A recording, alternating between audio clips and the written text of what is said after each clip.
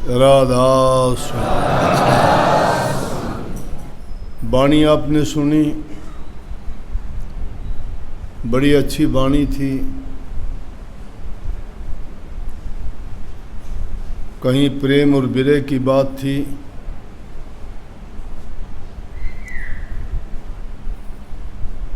और शिष्य में होना ही प्रेम चाहिए।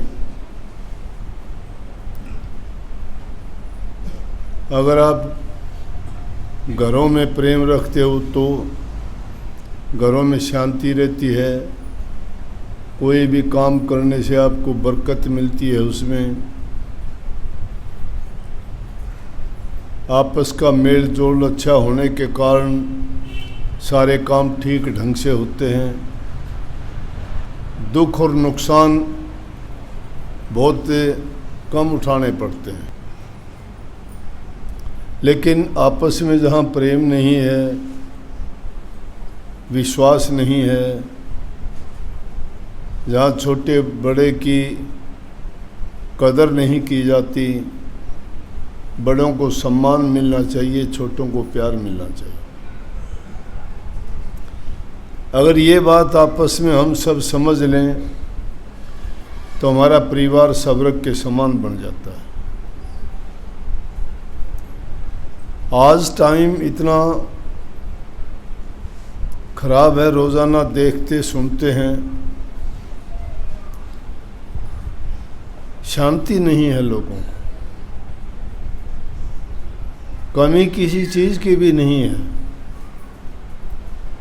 इंसान की ज़रूरत तो तीन ही होती हैं।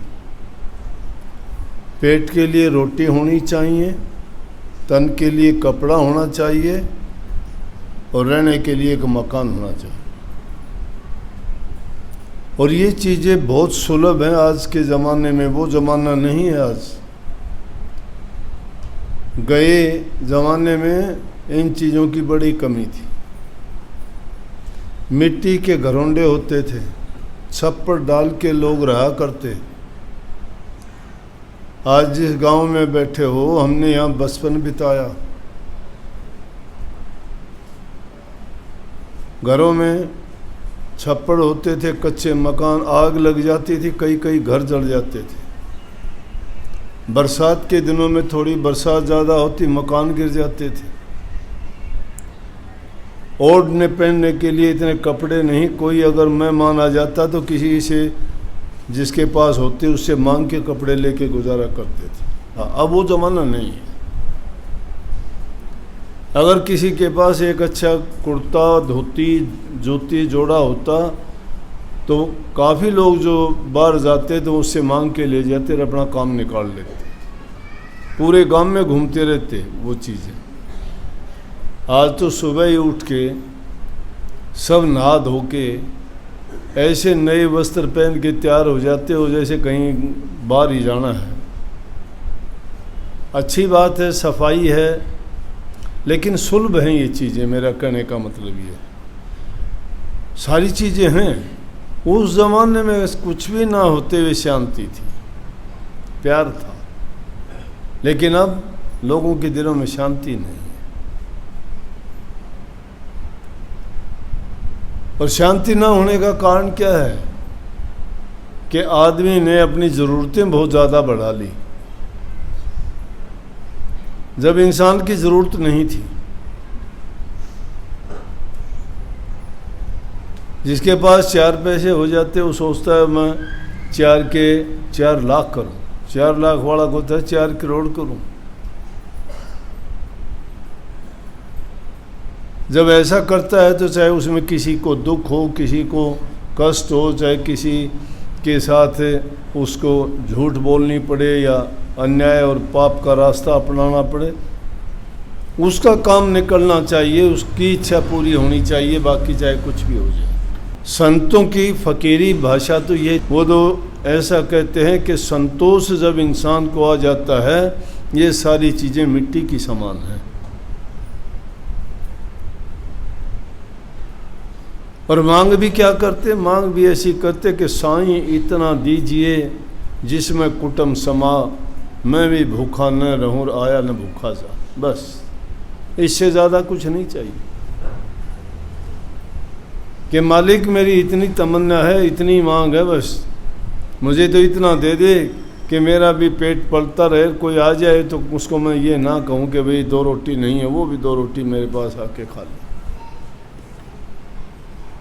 और इसी बात को दूसरे शब्दों में कहा कि गोधन, गज धन, बाजी धन और रतन धन खान, जब आओ संतोष धन तो सब धन धूल समान। पुराने ज़माने में धन थे। गोधन जिसके पास ज़्यादा गायें होती अमीर था, एक आधा हाथी होता वो बहुत अमीर था, घोड़े होते वो अमीर थे। अब दान में कोई मोटरसाइकिल देता है, कोई कार देता है, कोई उस ज़माने में जो ज़्यादा अमीर होते घोड़े दिया करते। लेकिन कहते हैं चाहे किसी के पास कितने ही घोड़े हो, कितने हाथी हो, कितनी गायें हो, लेकिन जब तक संतोष नहीं आया तो उसको कुछ नहीं। संतोष जिसको आ गया तो उसकी कोई चाहत नहीं है। चाह जिस इंसान की मिट जाती है तो वो मस्त हो जाता है। चाह गई चिंता मिटी, मनवा बेपरवाह, जिसको कछु न चाहिए वो शान के साथ। शहंशाह हैं वो, उनको कुछ चाहिए नहीं। एक बार एक राजा सेना लेके कहीं जा रहा था, जंगल से गुजरे तो एक महात्मा फकीर बैठा आराम से, एकांत का स्थान, पूर्व भक्ति में लीन है। ना उसको ये पता कौन आता है कौन जाता है, ना ये परवाह है मुझे खाने को कुछ चाहिए, मुझे ओढ़ने पैरने के लिए चाहिए, ना उसको ये डर है सर्दी होगी, बरसात होगी, गर्मी होगी, क्योंकि उन लोगों का परमात्मा पर भरोसा है। समझ गए? उनको यकीन है कि जिसने पैदा किया है उसने उसका इंतज़ाम कर दिया, किसी को मरने नहीं देता वो, लेकिन उसको मिलेगा उसके कर्म फल के अनुसार। वो कर्म क्या करके आया है उसको कोई मेट नहीं सकता, रोक नहीं सकता, चाहे मैं हो चाहे आप, चाहे कितना बड़ा संत हो। ये भी मेरे से सुन लो बात, जिसका कर्म का कर्ज है वो चुकाना पड़ेगा उसको। हाँ, इतना है, जो मालिक के नाम की भक्ति करता है, उसकी कमाई करता है, उसका कर्ज उतर जाता है, उससे बच जाता है, वो उसको पूरा करना पड़ता है। इसलिए प्रभु की भक्ति करनी चाहिए, उससे हमारे कर्म धुलते हैं, पाप कर्म मिटते हैं, कर्म का बोझ उससे हटेगा, और कोई तरीका नहीं है। ये दुनियादारी के चीज़ पदार्थ तो सब छूट जाने हैं, आज है कल को नहीं रहेंगे। ये देह भी ऐसी नहीं रहेगी। बचपन में क्या थे, जवानी में क्या रूप था, बुढ़ापे में क्या हो गया, कोई देखना भी नहीं चाहता। बचपन था बहुत अच्छे थे, कोई भी उठा लेता था, सब प्यार करते थे। जवान हुए तो अपने आप प्यार करने लगे, क्योंकि आप खुद इतने सुंदर, शक्ति, स्फूर्ति, बल शरीर में, हर चीज़ अच्छी लगती है यौवन में, चाहे वो पेड़ पौधा हो, चाहे इंसान हो, जानवर हो, पशु हो, पक्षी हो, कुछ भी हो। लेकिन बुढ़ापा आता है तो कोई उसको देखना नहीं चाहता। सारी उम्र बैल खेती करवाता है किसान की, बुढ़ापे में उसकी नाथ काट के छोड़ देता, भाग गया से। कौन चारा देगा तुझे?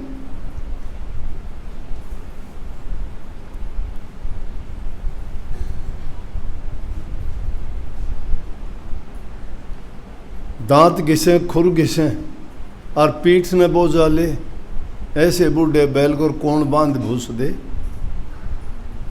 जिसके खुर घिस जाए, दांत घिस जाए और पीठ उसकी बोझ नहीं उठती, सामान ढोने लायक नहीं है, तो ऐसे बूढ़े बैल को कौन उसको चारा डालेगा?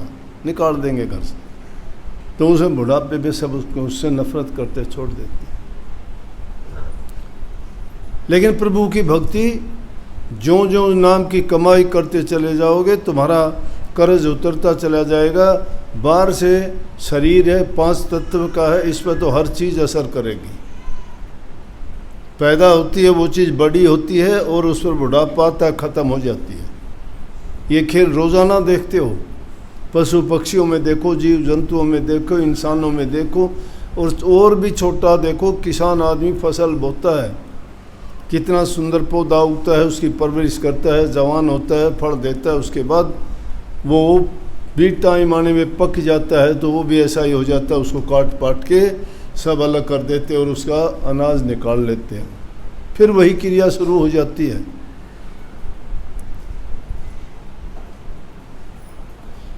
तो इन चीज़ों की तरफ जो गौर कर लेता है, जो समझ जाता है ये क्रिया है, ये प्रकृति का नियम है, ये चलता रहता है, चलता रहेगा। लेकिन बचने का जो तरीका है, ना कुछ खोने का डर, ना कुछ पाने की चिंता, कि अलमस्त फ़कीरी है, जो मिल गया तो अच्छा, नहीं मिला तो अच्छा। मालिक की रज़ा में राज़ी रहते हैं वो, तेरी मर्जी। बैठा महात्मा मस्ती में, राजा वहाँ से गुजरा, सेना थी, कहने लगा भाई, पास में गया, उसने सोची सलाम करेगा, महात्मा बैठा रहा, जाके कहने लगा कि कौन है तुम? बोले तू कौन है?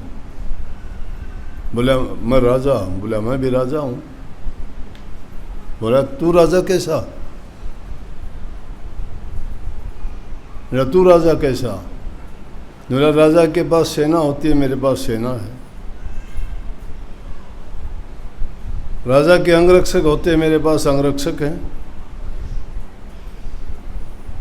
जिस चीज़ की ज़रूरत है मेरे पास सारी चीज़, तेरे पास क्या है? बोला मेरे पास क्या नहीं है। तू डरपोक आदमी है, डरपोक आदमी सेना और अंगरक्षक रखता है, मुझे इनकी ज़रूरत ही नहीं है। तू किसी का गुलाम होगा, मैं किसी का गुलाम नहीं, मैं प्रभु की मस्ती में रहता हूँ, मुझे किसी चीज़ की ज़रूरत नहीं, तुझे ज़रूरत होगी, भागता फिरता है,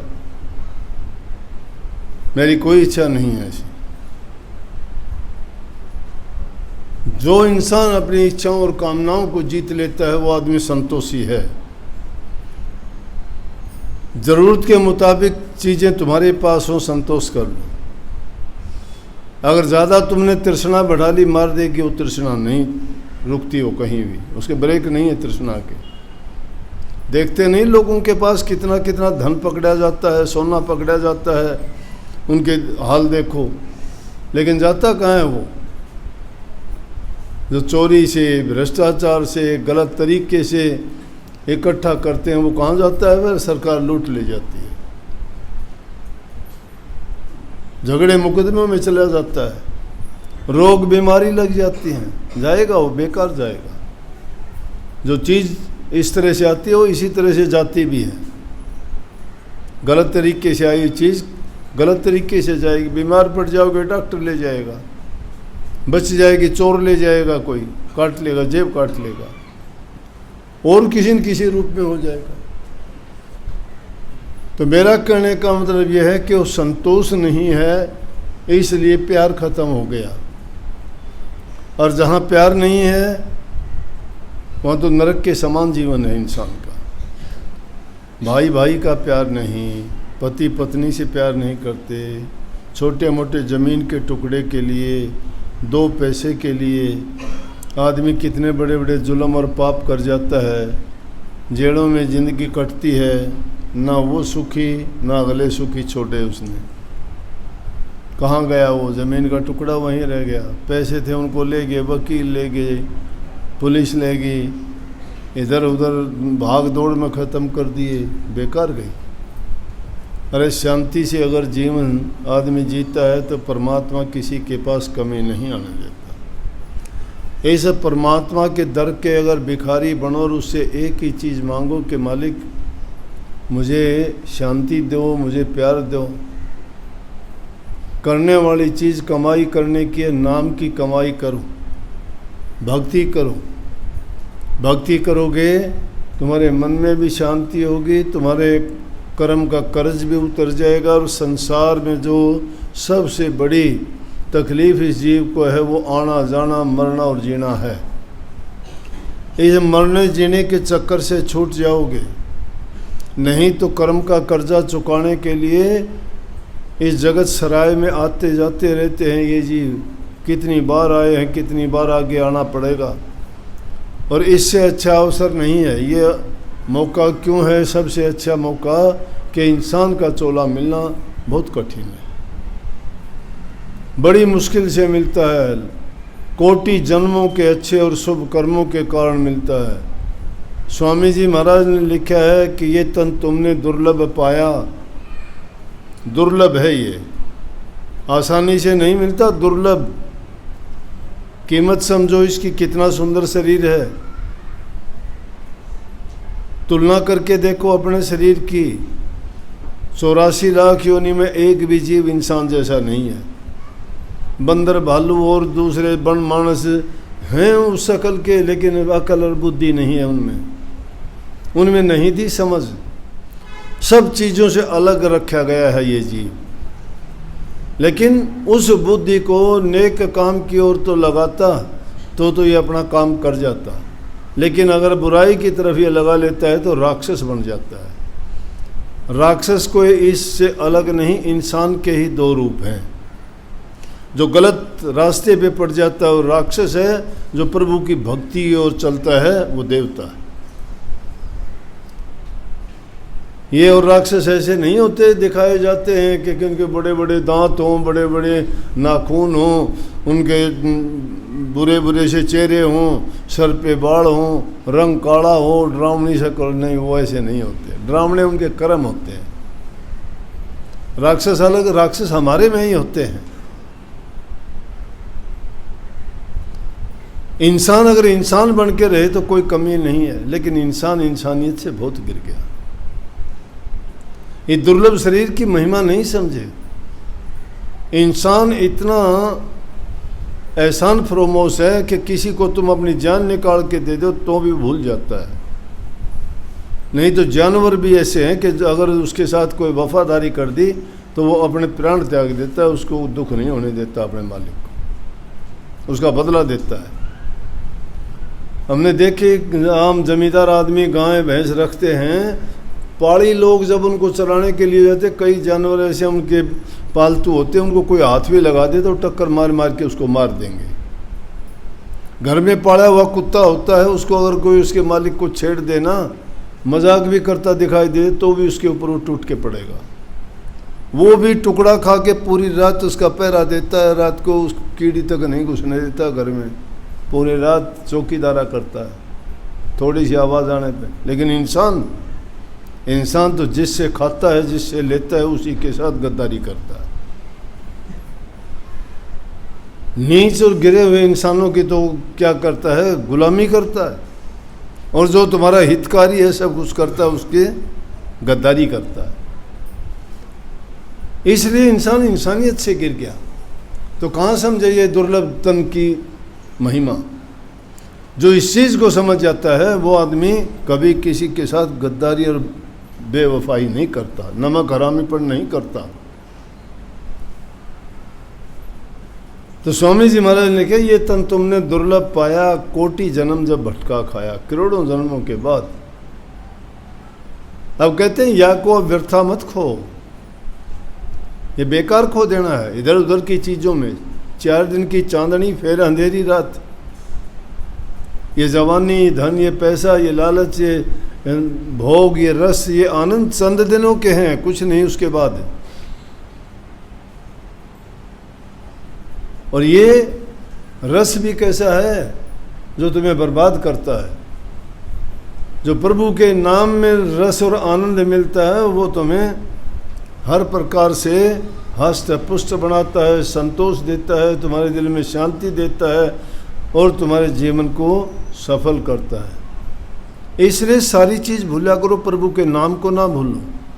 और जो प्रभु के नाम को याद रखता है ना, वो आदमी कभी बहकता नहीं है।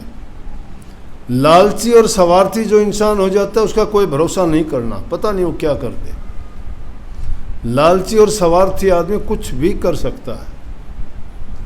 तो इन चीज़ों से जो बच जाता है मालिक की रज़ा में कि तेरी मर्जी, वो भूखा तो रहने नहीं देगा। अगर तुम्हें ये भरोसा है तो तुमने अपना ये पाड़ा जीत लिया। लेकिन अगर तुम्हारा यकीन नहीं है तो तुम हार चले हो बाजी ज़िंदगी की।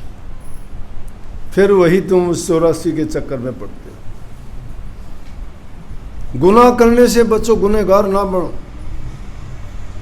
भूल करने वाला गलती होती है बख्शा जाता है, गुनाह करने वाला जानबूझ के करता हो बख्शा नहीं जाता कभी भी।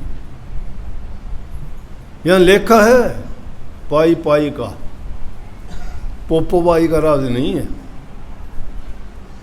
सुनी है कि पोपोबाई का? पोपोबाई का नाम सुना से सुनी नहीं। कौन थी पोपोबाई? कहते हैं सारे। राजस्थान में जालोर शहर है और वहाँ पर चौहान वंश में रानी हुई थी पोपोबाई। लेकिन जब वो उसका राजकरण का टाइम आया, उसका पति मार दिया था पड़ोस के राजा ने, तो लोग फिर कहने लगे कि राजा तो गया, अब उसकी जगह आप गद्दी पर बैठो। उसको इस चीज़ की थी नहीं कि मैं रानी हूँ या राजा का पद संभालूँ या ये मेरा राज्य है। वो लोगों के कहने के कारण उसने संभाल ली गद्दी। लेकिन उसके बाद में तो जहाँ कहीं जाती कोई अच्छी चीज़ देखती है ले चलो महल में, कि जमींदार के बैल अच्छे देखे बोले के ले चलो, कोई कुछ भी करो उसको कोई बात नहीं। तो लोगों में ये कहावत चल पड़ी थी, बोला पोपोबाई का राज है कुछ भी करो। तो उसके बाद में यह कहावत होते होते आज तक चली यार। ये पता किसी ने को नहीं कि कौन पोपोबाई थी। तो नहीं कहते पोपोबाई का राज को नहीं हो, मतलब पोपोबाई जिसमें कोई किसी ने किम्मी को नहीं कहे करो कुछ भी। इसलिए ये पोपोबाई का राज नहीं है। परमात्मा सबका लेखा लेख, वो बिना कलम के, बिना कागज़ के, बिना किताब के लिखे से एक का भी नहीं बख्शता, लाखों आँख से उसकी। अच्छी करनी करना रे भैया, कर्म न करियो काला, लाख आँखें देख रहा है तुझे देखने वाला, उसकी तेज नज़र के आगे कोई नहीं बच पाता, मेरे मालिक के दरबार में सब लोगों का खाता, मेरे दाता के दरबार में सब लोगों का खाता। जो भी जैसा कर्म करेगा वैसा ही फल पाता, मेरे दाता के दरबार में सब लोगों का खाता, मेरे मालिक के दरबार में सब लोगों का खाता। सबका खाता है, सब लिखा हुआ है। ये इतना भी नहीं बचता। कभी सोचते हो कबूतर के आँख मीचने से बिल्ली का डर मिट नहीं जाता? बिल्ली की आँख खुली है, कबूतर ने अपनी मीची है। अपनी आँख ना मीचो, खोल लो आँखों। सबको बहुत बहुत आशीर्वाद।